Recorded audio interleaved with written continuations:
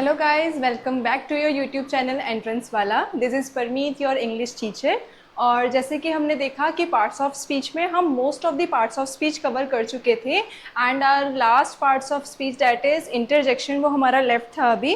तो आज हम इंटरजेक्शंस को देखेंगे, उससे रिलेटेड एक अपना फन फैक्ट और उससे रिलेटेड जितने भी MCQs जो कि चांसेस हैं आपके AMU एग्जामिनेशन में आ सकते हैं, तो उससे रिलेटेड वो MCQs भी हम देखने वाले हैं. एंड यस, इसके बाद एक और वीडियो आएगी जिसमें जितने भी पार्ट्स ऑफ स्पीच हैं सबके बारे में एक ब्रीफ इंट्रोडक्शन होगा, मतलब उसके सभी टाइप्स वगैरह, क्योंकि सब लोग बहुत कंफ्यूजिंग हो जाता है ये सब कुछ.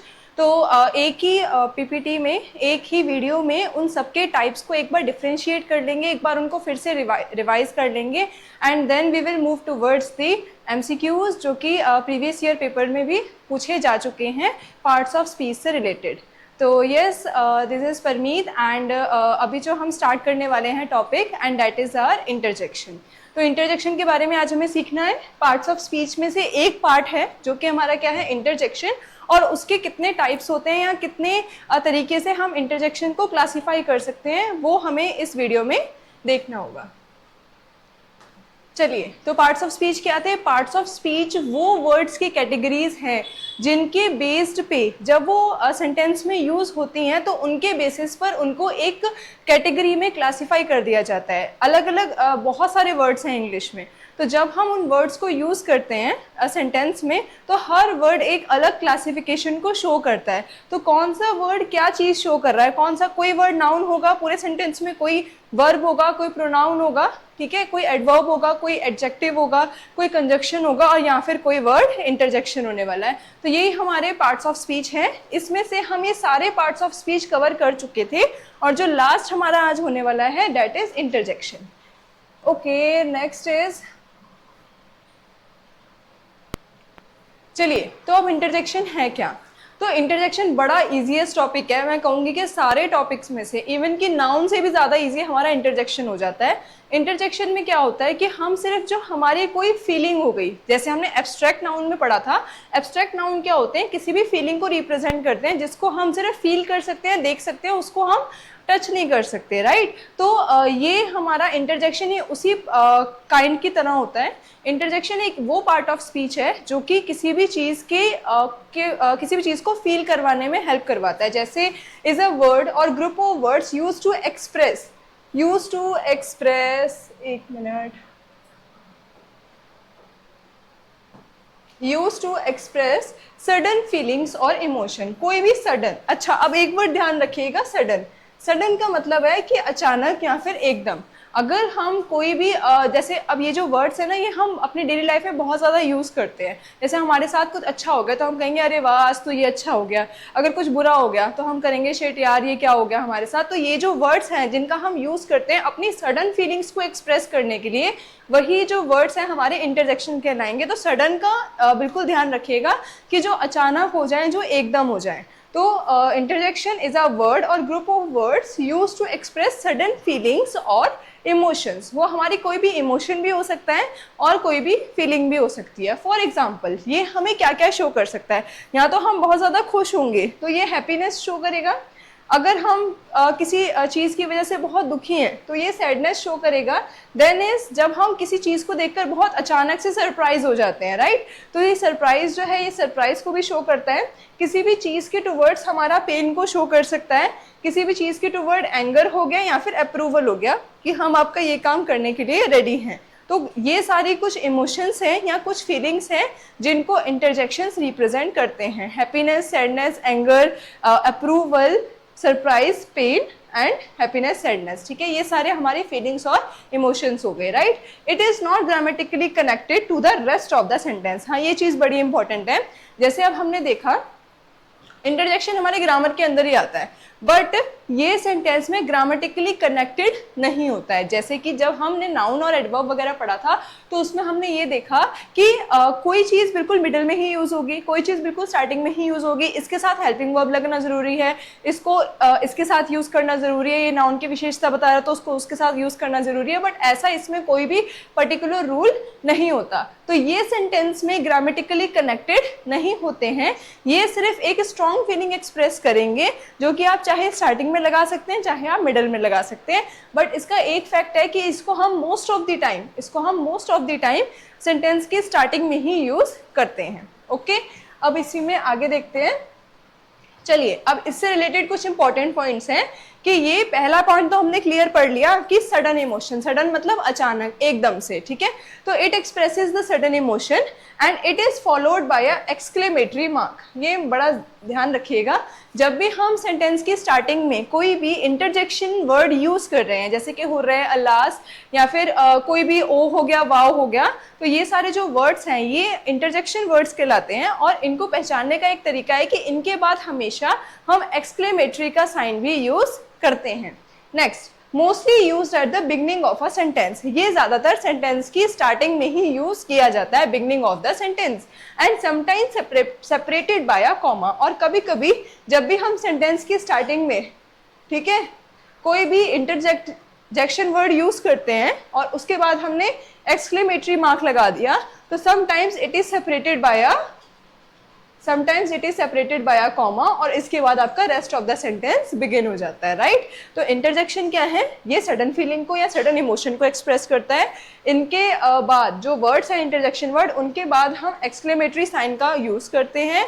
ये सेंटेंस की स्टार्टिंग में ही लगाया जाता है, बिगिनिंग में लगाया जाता है मोस्ट ऑफ द टाइम, और समटाइम्स हम इसको एक कॉमा से भी सेपरेट कर देते हैं।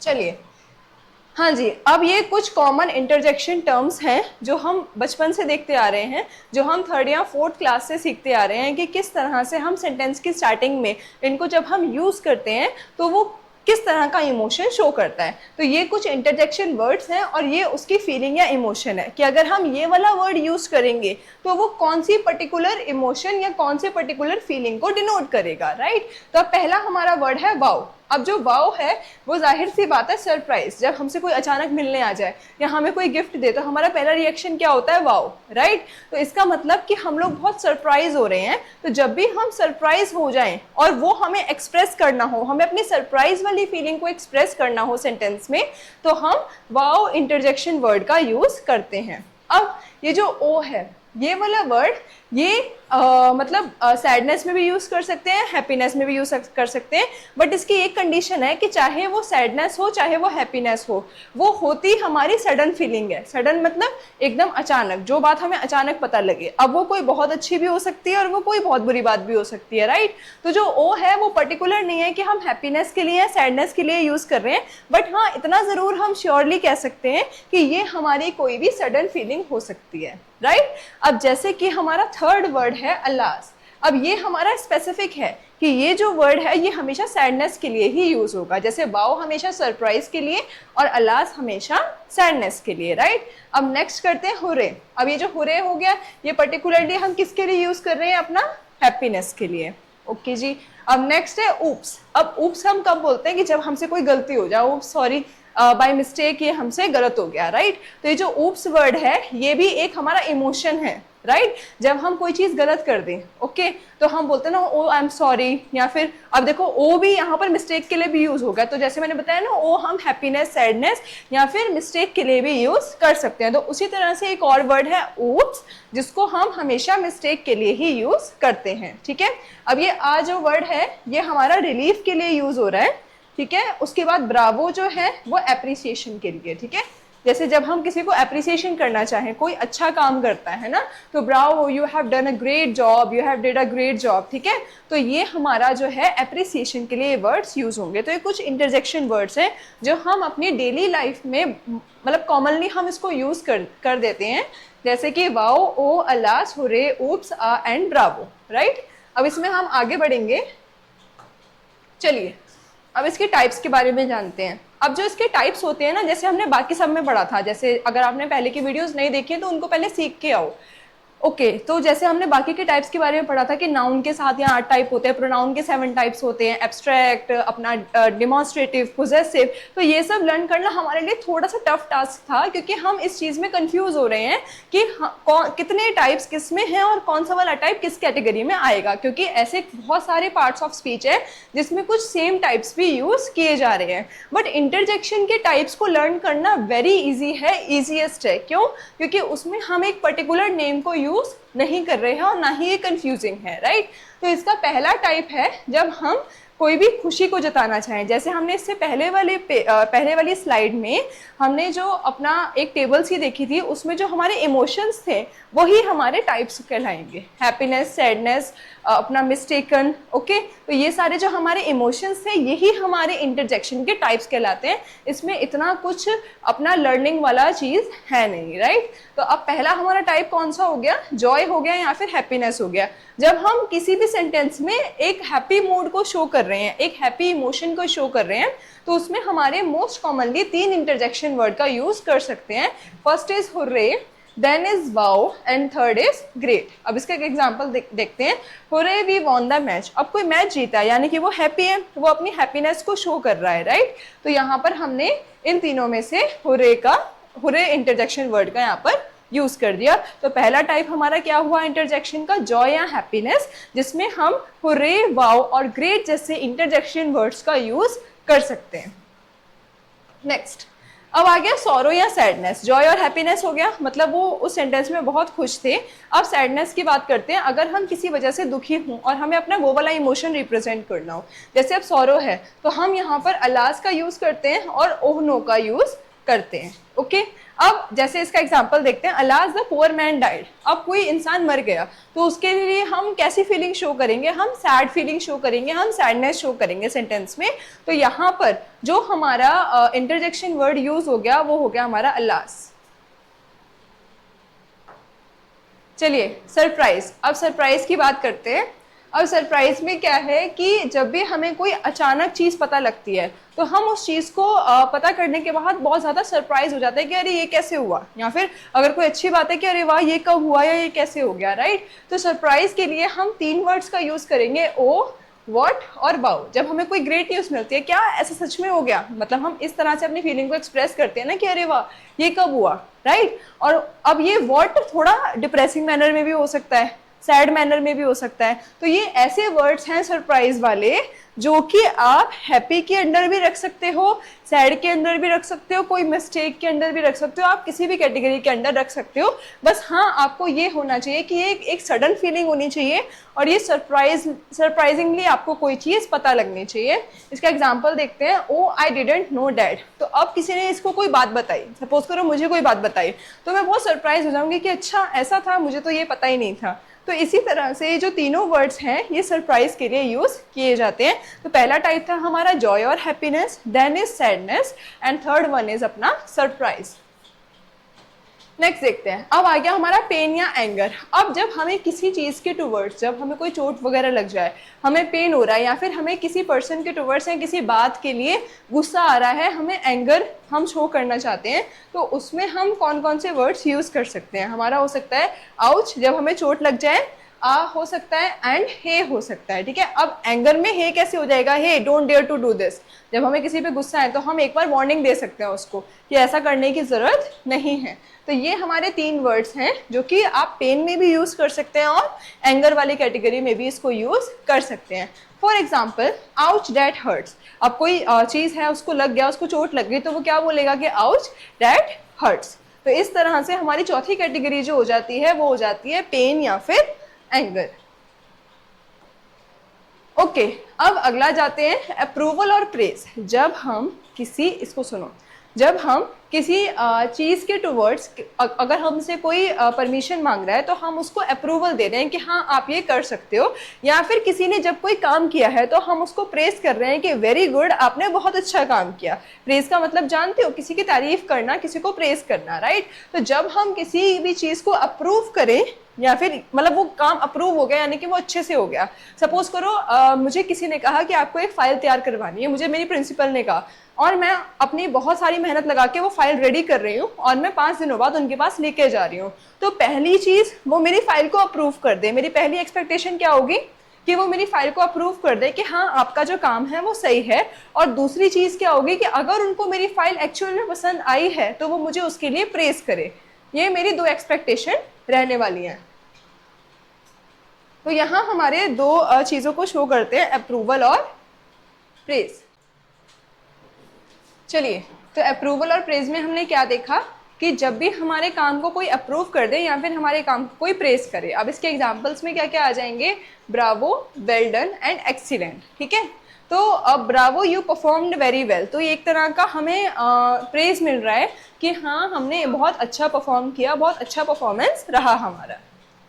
चलिए नेक्स्ट, इंटरजेक्शन इन मिडल। तो हमारे वो 5 टाइप थे मेन। ठीक है, अब इसमें आगे भी देखते हैं कि इंटरजेक्शन जो है वो सेंटेंस के मिडिल में भी यूज हो सकते हैं। हमने स्टार्टिंग में देखा था कि मोस्ट ऑफ द टाइम जो इंटरजेक्शन होते हैं वो सेंटेंस की स्टार्टिंग में यूज होते हैं, बट इन सम केसेस जो इंटरजेक्शंस हैं वो सेंटेंस के मिडिल में भी यूज हो सकते हैं। For example, I was oh totally shocked. ठीक है, तो ये जो ओ वर्ड है ये एक इंटरजेक्शन है और ये सेंटेंस के मिडल में यूज हो रहा है। तो इंटरजेक्शन कभी कभी, ठीक है, सम ऑफ द टाइम्स जो इंटरजेक्शन है वो सेंटेंस के मिडल में भी यूज हो सकता है।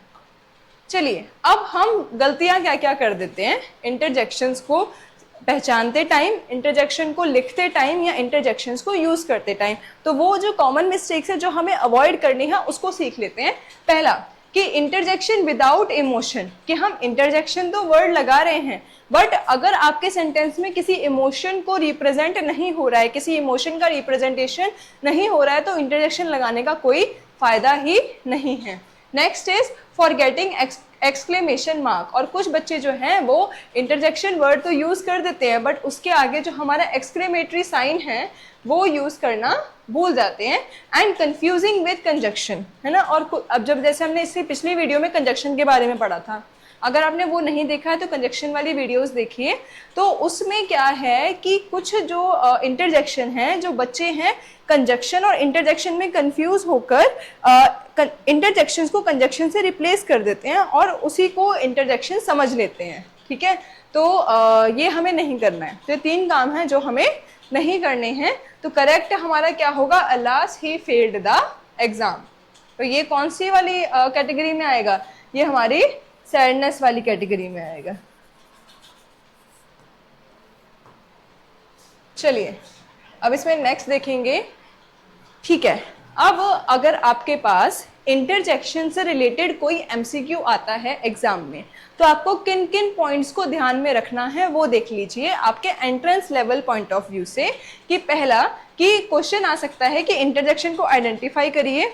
दूसरा क्वेश्चन किस तरह से आ सकता है कि इंटरजेक्शन 3 या 4 ऑप्शन में दिए हुए होंगे, उसमें से करेक्ट इंटरजेक्शन को फाइंड करना होगा। मैच इमोशन विद वर्ड, है ना। ऐसा भी आ सकता है कि क्वेश्चन में आपको वर्ड दे दिया जाए इंटरजेक्शन वर्ड, जैसे कि अलास, तो अब उसमें नीचे जो 4 ऑप्शंस होंगे उसमें इमोशन दिया जाएगा कि अलास हैप्पीनेस को शो कर रहा है, सैडनेस को शो कर रहा है, सरप्राइज को शो कर रहा है या किसी और चीज़ को शो कर रहा है। तो इस तरह से आपको एक एमसीक्यू बन के आ सकते हैं इमोशन और वर्ड के साथ। और लास्ट में आ सकता है फिलअप के फॉर्म में कि जो फर्स्ट वर्ड है उसमें कौन सा इंटरजेक्शन सुटेबल बैठेगा और वहां पर कौन सा इंटरजेक्शन यूज हो सकता है। चलिए अब एमसीक्यूज की तरफ आते हैं। Which of the following best defines N interjection. Basically ये चारों इंटरजेक्शन के बारे में कोई डेफिनेशन है। अब इसमें से हमें करेक्ट इंटरजेक्शन की डेफिनेशन को सर्च करना होगा। First one is a word that names a person. ये तो गलत हो गया, ठीक है, क्योंकि some word that names a person, place, animal और थिंग, ठीक है, दैट मेक्स अ नाउन। तो ये तो हमारे नाउन बनाते हैं, right. A word that shows action, और जो एक्शन बताते हैं वो कौन से होते हैं, ये होते हैं हमारे वर्ब, ठीक है। A word that join sentences, जो सेंटेंसेस को ज्वाइन करते हैं वो होते हैं हमारे कंजक्शंस।